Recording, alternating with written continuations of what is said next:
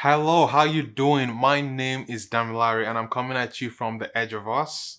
Our heart is to help you live at the edge of your abilities, at the edge of your wisdom, at the edge of yourself, and in the fullness of the power of God that exists for all those who wish to receive it and live in it.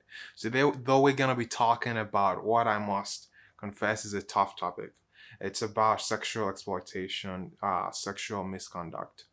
I don't know if you attend a church or not, but I'm guessing you've probably heard about Christian leaders who make major missteps in sexual relationships, leading to a lot of people hurt.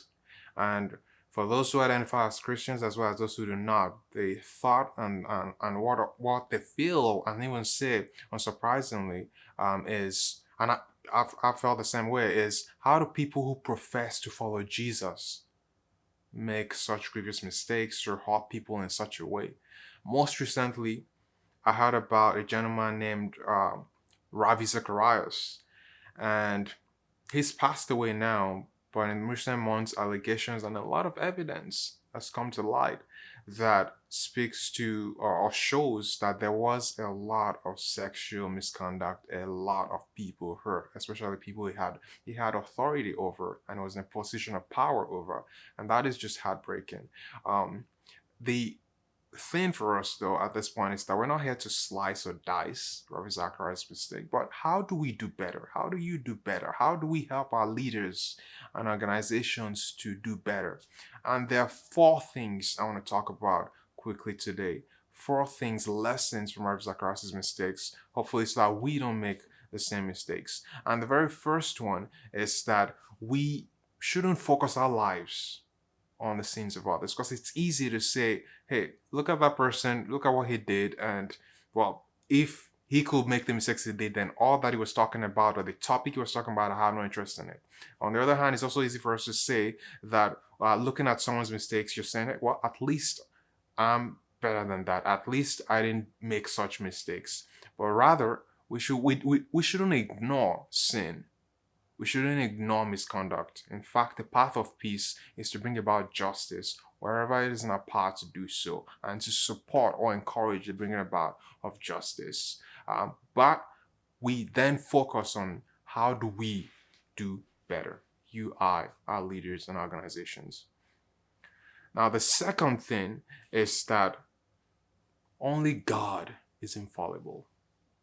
Every man, every woman can make mistakes. Now, this is not making an excuse for them, but to emphasize that even when a Christian leader is being used by God in mighty ways, we shouldn't be praising them. We should be praising God and thanking God for what He's doing through them. Even when we speak to them, I thank God for what God is doing through you, because that reminds them that it's not about them, it's about God. Because sometimes people who have public positions, people who have a lot of fame or recognition, hey, I'm sure you know this as well. I do.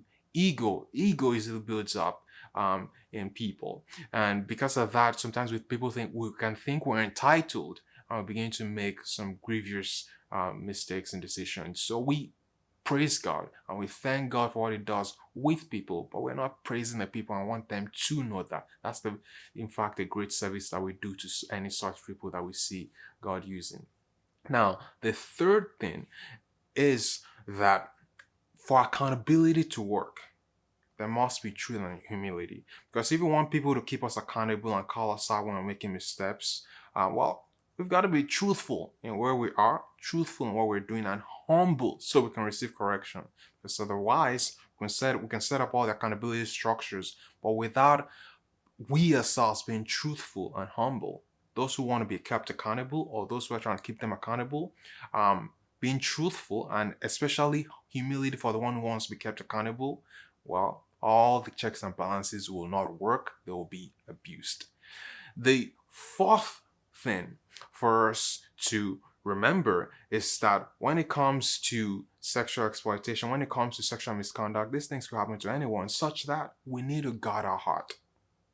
For the guys, you're married and you're flirting a little bit with that lady, you better stop it. Same thing with the ladies.